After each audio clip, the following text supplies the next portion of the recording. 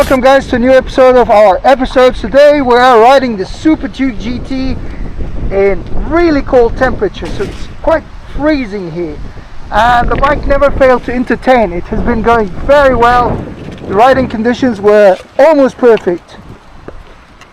I didn't like that the NTC keeps turning on, and whenever the bike is in sports mode it keeps cancelling the cruise control, so you can't have cruise control apparently with sports mode on. This is something I noticed. Bike of course is perfect, it never fails to entertain. The Quickshifter is amazing, and it really has a very powerful torque at the rear wheel. It's just unbelievable entertainment. I was always into super sport bikes and never had minimum interest in a touring bike until I tried this one, and this never fails to entertain. Super powerful, very interesting riding position, very comfortable, unbelievable Quickshifter. Of course, if you pay for it, because it's expensive, it's like 1,500 euros. Adjustable suspension in every single way, adjusting for the load, for the pillion, for anything you really have electronically at the touch of your gauge cluster of the controls on the top. Thing is, this bike has this LC8 engine, which is unbelievable engine that has been progressing over time. Unbelievable. I really love it. Love every single bit of it. Electronics lack a bit because sometimes give you fake errors. You have to turn off, turn on the bike, and then the errors go away, and it's just, that's it. But entertainment, it is the most entertaining bike, functional bike you could ever have. It has this side where you have some place you can store some things. Of course, it's a bit small, and you have a charging USB here, if you can see that. Charging USB cable, which is mounted inside, and you've got this nice lining inside where you can have some phone, but has to be a very small microphone, tiny phone. This is it. Look, it's padded in a nice material here, not scratch your phone. It has a USB inside, if you can see it, and then on the other side it has the same thing again here where you could store something, but it's still very small. Regarding the charging and the ports, so it has here this charging thing for the car battery, which is very useful. I use it for my heating pads that I use on my legs when I was riding. It helped me a lot, and it never fails in rain or whatever, any conditions, so it is perfect. Regarding the bike sounds great with stock exhaust. I don't like the looks of the stock exhaust. It's a bit ugly, so it looks like this, and it's not really the nicest looking exhaust. However, you can have unlimited options of aftermarket exhausts that are widely available, especially the Austin racing ones, really loud. But I wouldn't want that, because here people are very quiet and it's very hard to sleep and whatever, if you're coming late at night, and it's hard.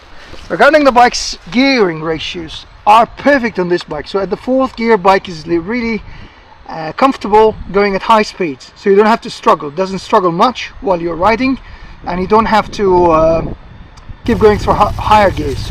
At fifth it could get to top speed without any problem, and the bike doesn't rev so high like a super sport where you have to always be riding at, and the bike is like going under you at very high rev ranges. It's very uncomfortable for the engine and for the rider. This only has 10,000 RPMs, but still at 5,000–6,000 RPMs it's just unbelievable. As I said, MTC really protects you a lot, because it reduces the spin on the back tire, and it has a sensor measuring the front tire with the rear tire, so basically it doesn't allow you to wheelie. However, I'm a professional rider, I've been riding since childhood. I had several super bikes, and it managed to save me once, I believe. So I was in a corner and it was raining, and the rear tire almost tried to spin, but it saved me. So you got an intervention, it shows you that it did that, and you feel it on the bike. Of course, to activate the Quickshifter you have to pay a tech pack, which gives you several options here. If you can see this, there's some light going on, but it could show you You go to motorcycle, you've got the ABS. If you have the Supermoto option, the Supermoto makes you drift a little bit, so you can do some drifting, you can do some basic sort of naughtiness. If it's on road, then you can forget about it. I like it in Supermoto. Quickshifter, if you've got Quickshifter only, it gives you upshifting. If you have Quickshifter Plus option, it gives you a Quickshifter and auto blipper, so it's up and down, which I believe it's a bit greedy, because you have to pay for every single thing on this bike. This is the MTC, you have to turn it off. Damping, you've got sport, street, comfort, very good options.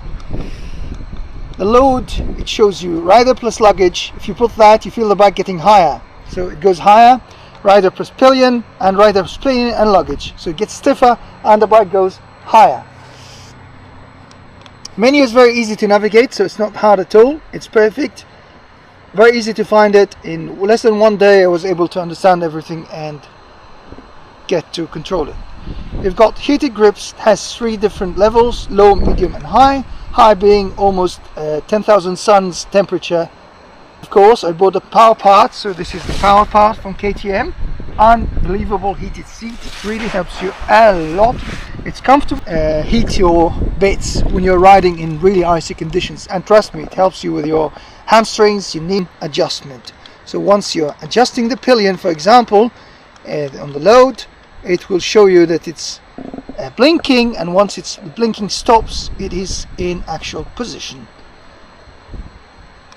Or rider plus pillion like this, and it will keep adjusting the bike.